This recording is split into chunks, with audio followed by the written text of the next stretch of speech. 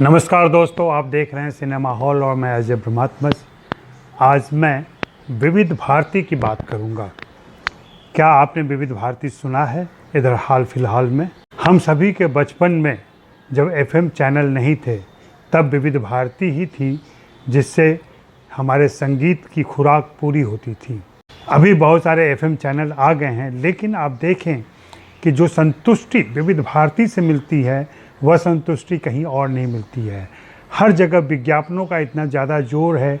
जो आरजे आए हैं, उद्घोषक के बजाय अब आरजे आए हैं, वे इतनी बातें करते हैं और फजूल की बातें करते हैं कि मन ऊब जाता है।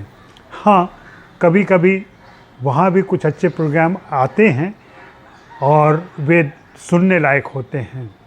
मैं विविध भारती की बात इसलिए कह रहा हूँ कि यहाँ गीत और संगीत के अलावा फिल्मों से संबंधित जानकारियों का खजाना है, और जो उनके निजी संग्रहालय से कभी कभार हमारे सामने आता है तो हमारी आंखें खुली रह जाती हैं।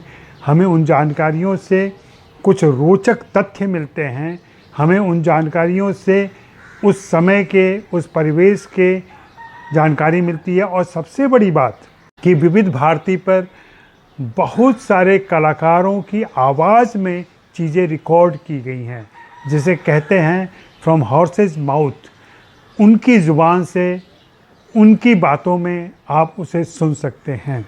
विविध भारती के जो नियमित प्रोग्राम है वो तो हम सभी जानते हैं कि सुबह का समय 6 बजे से इनका शुरू होता है और 6 बजे के बाद बंधन बार होता है, फिर संगीत सरिता, फिर भूले बिसरे गीत, फिर हम हैं राही प्यार के।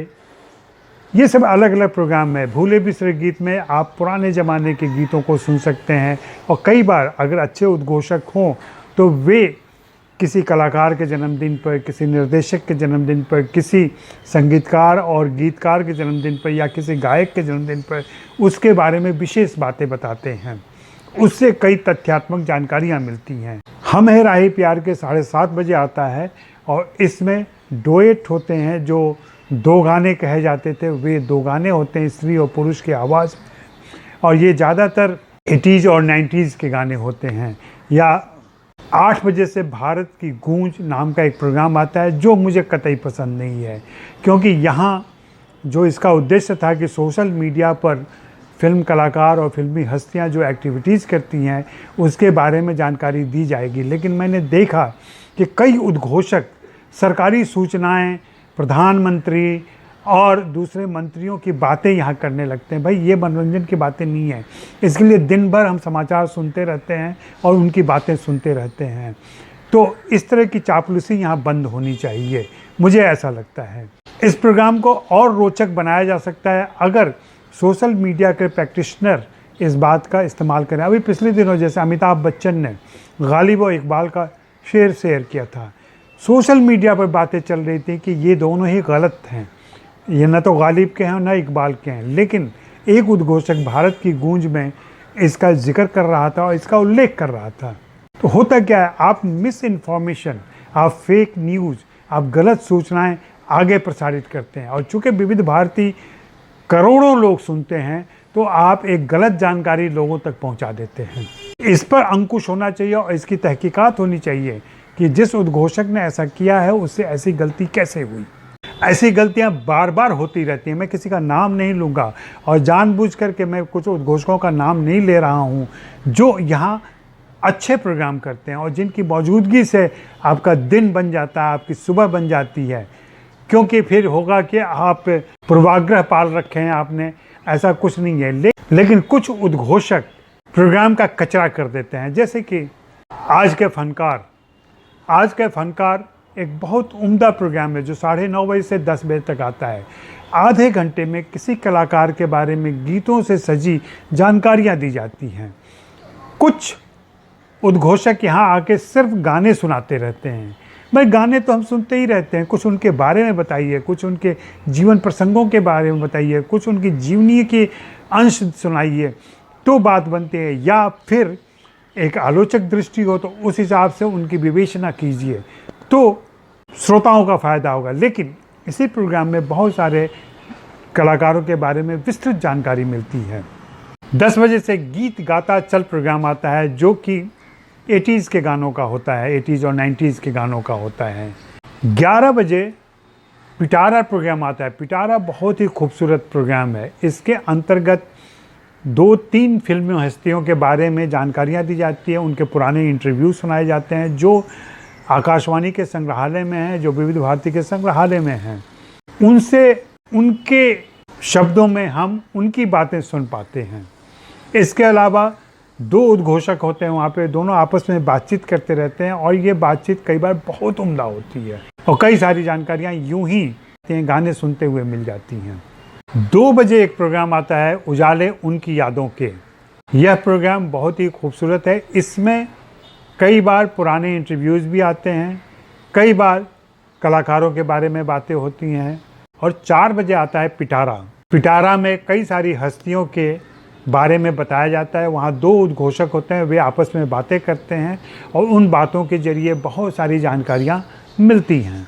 इसके अंतर्गत कभी कभी सेल्यूलाइट के सितारे भी आता है, मुझे याद सब है ज़रा ज़रा करके भी आता है। और जैसा कि मैंने पहले भी कहा कि विविध भारती की सबसे बड़ी खूबसूरती है कि यहाँ फिल्मी हस्तियों की बातें उनकी आवाज़ में आप सुन सकते हैं और उससे ज़्यादा प्रामाणिक क्या हो सकता है। यह सब उनके संग्रहालय में सुरक्षित है। पिटारा फिर अगले दिन रिपीट होता है जहां आप इसको फिर से सुन सकते हैं। उसके बाद दिन में सामान्य कार्यक्रम है, कुछ गाने वाने के कार्यक्रम हैं। 5 बजे से लेकर के 6:45 बजे तक लगातार गाने बजते रहते हैं। फिर 6:45 बजे फिर से संगीत सरिता दोबारा सुनाया जाता है उसी दिन का। और 7 बजे से विशेष जयमाला और जयमाला आता है। विशेष जयमाला शनिवार और रविवार को होता है। शनिवार को कोई फिल्मी हस्ती आकर के बात करती है और रविवार को शौर्य गाथा होता है जिसमें किसी सैनिक के बारे में बताया जाता है। और फिर 7:45 से एक अलग प्रोग्राम होता है जो राग अनुराग और साज और आवाज़ के अंतर्गत कभी कभी इंटरव्यू होते हैं, कभी किसी के बारे में जानकारी होती है, कभी छोटे साक्षात्कार होते हैं। 8 बजे से हवा महल होता है जो बहुत पुराना प्रोग्राम है विविध भारती का, जिसमें रोचक रूपक होता है और उसे बहुत ही उम्दा तरीके से यहाँ के कलाकार पेश करते हैं। 8:15 से 8:45 तक चित्रलोक के अंतर्गत नए गाने आते हैं और इसका एक अलग आनंद है। 9 बजे फिर से आज के फनकार आता है जो रिपीट होता है सुबह का। और फिर 9:30 से छाया गीत आता है जो उद्घोषक की पसंद के गाने होते हैं। इसमें अगेन कई बार उम्दा उद्घोषक हों तो उनके गीत बहुत ही एक थीम के अनुसार बहुत अच्छे तरीके से पेश किए जाते हैं। बायोस्कोप की बातें और भारतीय सिनेमा के नक्षत्र और आज के फनकार, पिटारा, ये ऐसे कार्यक्रम हैं जहाँ पे जानकारियों का ख़जाना है और उसमें से विविध भारती उलीचती रहती है कभी कभी और हमें उनके बारे में बताती रहती है। अगर आप लगातार फॉलो करें और इन कार्यक्रमों को रेखांकित कर लें, उनके तारीखें तय कर लें, समय तय कर लें, तो आप सुनते हुए फिल्म इंडस्ट्री के बारे में अपनी जानकारियां बढ़ा सकते हैं। मैं खुद कहता हूं कि मुझे विविध भारती सुनने से बहुत फ़ायदा हुआ है, एक सुकून हुआ है। ख़ास करके इस कोरोना के पेंडेमिक काल में जो अकेलापन है, जो परेशानियां हैं, जो दुविधाएं हैं, जो दिक्कतें हैं, उन्हें दूर करने में विविध भारती का बहुत बड़ा सहयोग रहा है। मैं यहाँ के उद्घोषकों को इस बात के लिए धन्यवाद देता हूँ और आपसे आग्रह करता हूँ कि अगर अभी तक आपने विविध भारती लगातार सुनने की कोशिश नहीं की है तो ज़रूर सुने। और यह अब मोबाइल पर ऐप के ज़रिए मौजूद है। न्यूज़ ऑन एयर आप ऐप लोड करें और वहाँ विविध भारती के अलावा आकाशवाणी से संबंधित सारे प्रोग्राम सुन सकते हैं। हर राज्य के स्टेशनों के लिंक हैं वहाँ पर। और रागम नाम का एक प्रोग्राम है जो बहुत ही खूबसूरत है। जो शास्त्रीय संगीत के शौकीन हैं वे रागम सुन सकते हैं। वहाँ पे अद्भुत शास्त्रीय संगीत का संकलन है और वो प्रसारित किया जाता है। शुक्रिया, मेहरबानी, धन्यवाद।